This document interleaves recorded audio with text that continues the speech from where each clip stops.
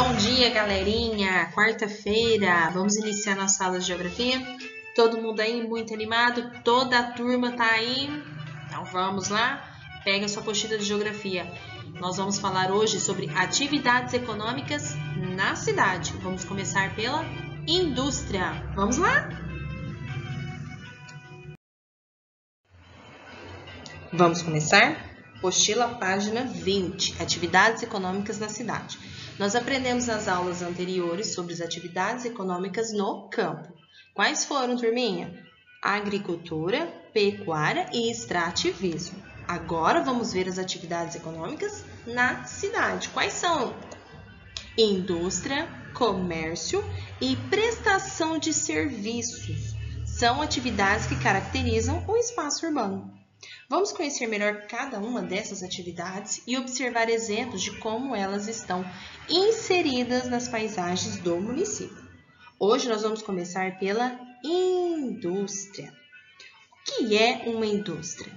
Indústria é a atividade econômica que transforma matéria-prima de origem vegetal, animal ou mineral em produtos para o nosso uso e consumo.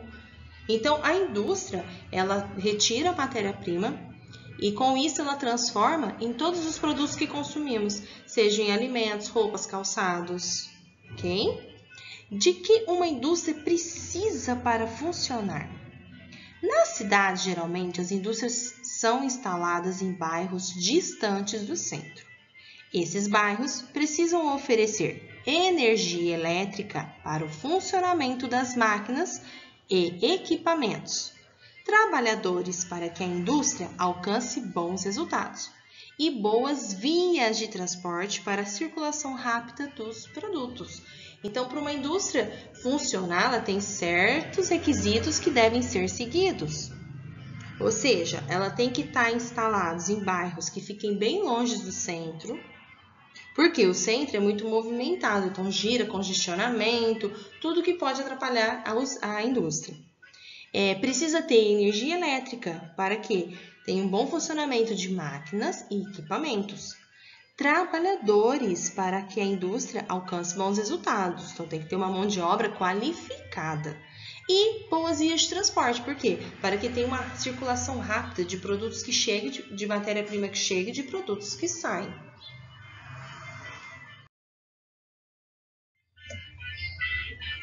Página 21. Olha o que vocês vão ter que fazer aqui para ti. É uma tarefinha, ok? Recorte as imagens ao lado. Em seguida, ordene-as de acordo com as legendas, retratando o caminho pelo qual a matéria-prima passa até chegar à indústria para ser transformada em outro produto. Então, aqui nós temos a etapa da produção de um produto. Então, nós vamos ter que colocar todas essas imagens na ordem correta, ok? Vou te dar um exemplo. Primeiro que eu vou pegar são o quê? O cultivo de árvores para extração da celulose. Então, é o número 1. Eu vou lá e vou colar, ok? Aí, vocês vão ver quem vai ser a segunda etapa, a terceira, a quarta e a quinta. Já no último quadrinho, você vai desenhar aqui o produto final desse processo industrial. Depois que você montar e ler tudo que está aí embaixo, você vai descobrir em que nós estamos transformando essa matéria-prima, algo que a gente usa muito na escola.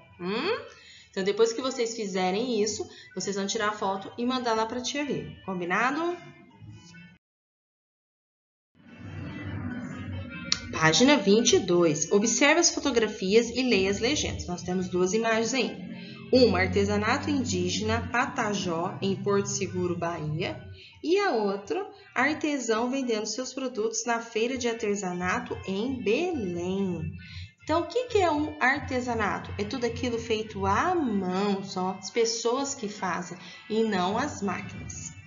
Que atividade está relacionada aos produtos que aparecem nas fotografias? O que é? Quem é artesão, ele faz o quê? Artesanato. Leia a seguinte informação. Vamos ler.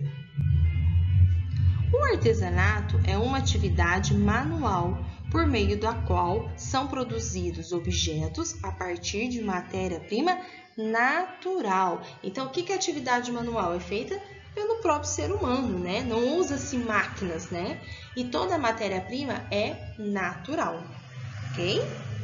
Com base na afirmação, explica a diferença entre artesanato e atividade industrial. É simples, né, pessoal? O artesanato é feito manual, é feito pelas pessoas, pelo ser humano. Já a atividade industrial envolve vários tipos de máquinas, né?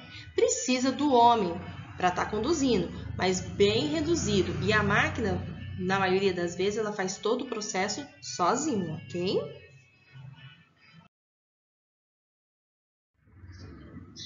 Página 23, olha o que nós temos. Leia o trecho da letra da canção Bolacha de Água e Sal e depois faça o que se pede. A tia vai colocar a letra dessa música aí para vocês ouvirem, ok? Vamos lá?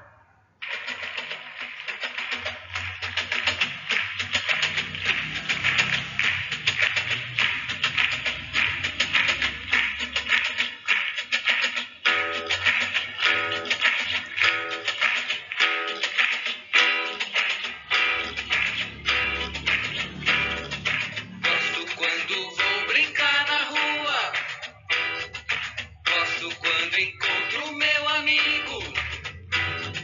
Gosto quando a mãe do meu amigo me oferece uma bolacha de água e sal. Gosto de bolacha sem açúcar. Gosto de bolacha sem recheio.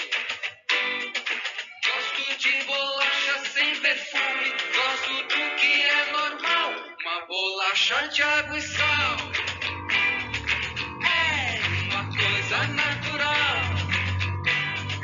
é barata e não faz mal. De qualquer marca, é tudo igual. Quando a gente está meio enjoado, quando a gente está passando mal, quando a gente fica aperreado, bolacha de água e sal.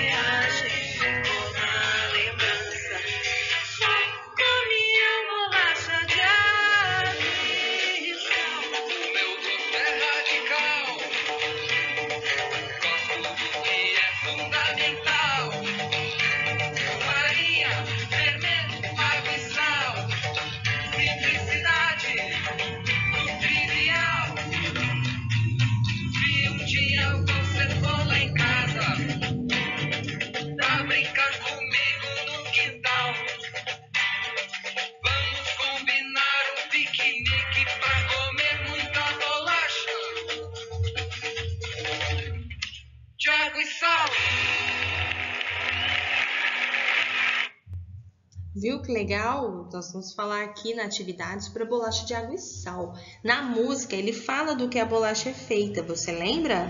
De farinha, fermento, água e sal.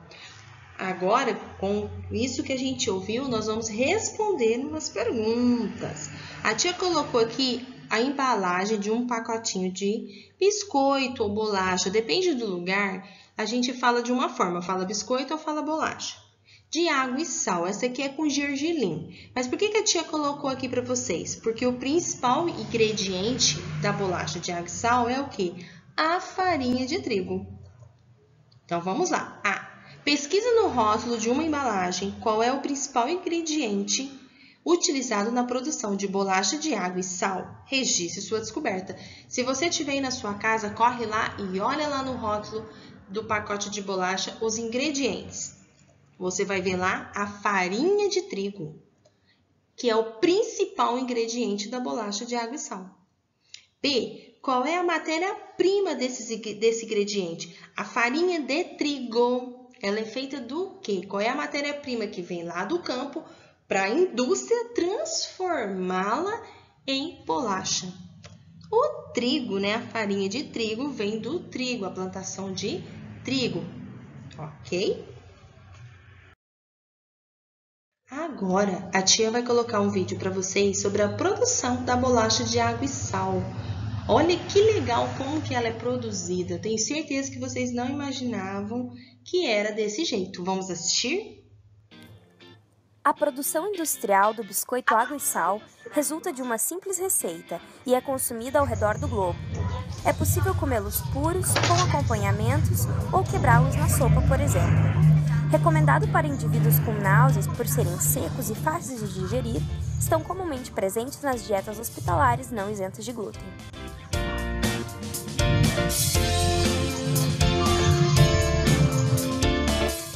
São planos, mas irregulares, com um leve sabor característico, resultados de uma interessante reação química. Após a seleção e pesagem das matérias-primas, gelo é despejado em um tanque para evitar que a massa hiperaqueça durante a fermentação. São adicionados água, farinha de trigo, fermentos químicos como bicarbonato de amônio e de sódio, amido de milho e enzimas para ajudar na fermentação. Os ingredientes são misturados por cerca de 5 minutos e a massa descansa por 16 horas para que as enzimas possam quebrar o amido no trigo em açúcares simples. O fermento, então, reage com esses açúcares e resulta na produção de gás carbônico, que faz subir a massa.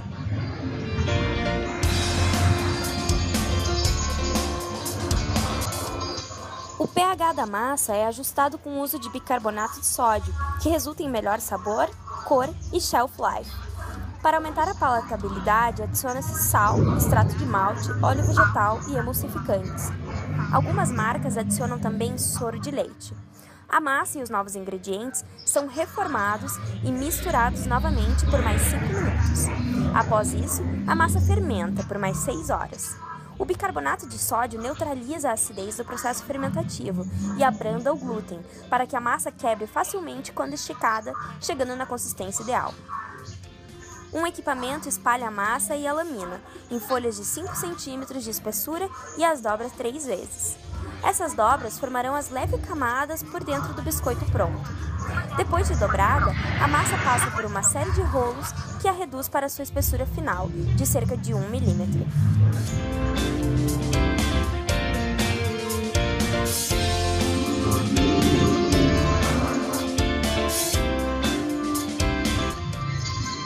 Um rolo cortador corta a massa no seu formato final, fazendo pequenas perfurações também.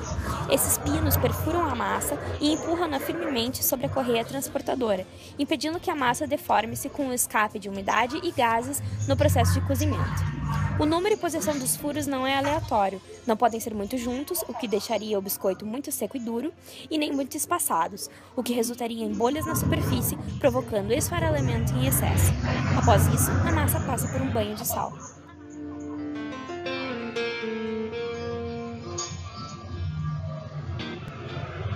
No forneamento, a massa passa por 3 minutos em um longo forno com diferentes graduações de temperatura.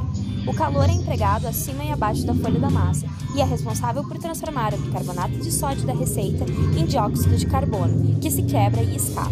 Isso libera a umidade presa, o que forma bolhas no biscoito. A massa assada sai do forno em um equipamento que a reparte em fileiras, onde começará a resfriar.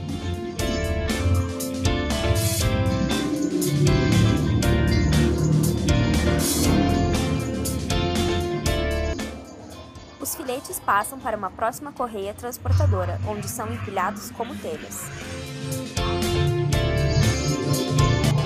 Alinhadores mantêm as fileiras retas, até que o próximo conjunto de rodas as quebra gentilmente em biscoitos individuais.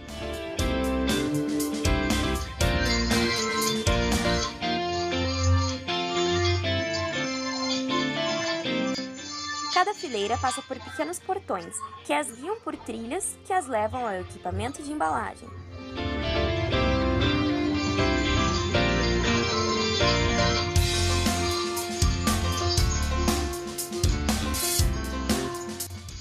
Os biscoitos são divididos por uma máquina de acordo com o número de biscoitos por pacote.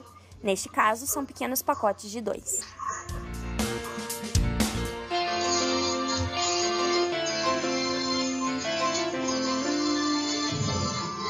Quando completamente resfriados, uma máquina computadorizada embala os biscoitos entre 2 folhas de plástico. Uma roda sela e corta os invólucros, neste caso em pares. Isso acontece numa velocidade média de 525 pacotes por minuto. E é assim que os biscoitos de água e sal são feitos.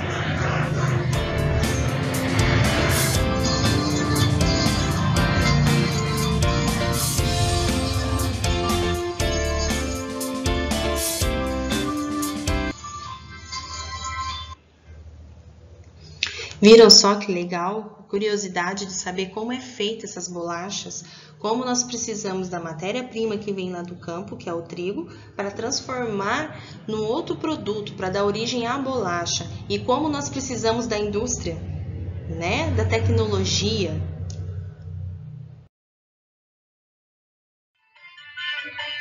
Vamos ficando por aqui. Espero que tenham aprendido tudinho nessa nossa aula de geografia de hoje, ok?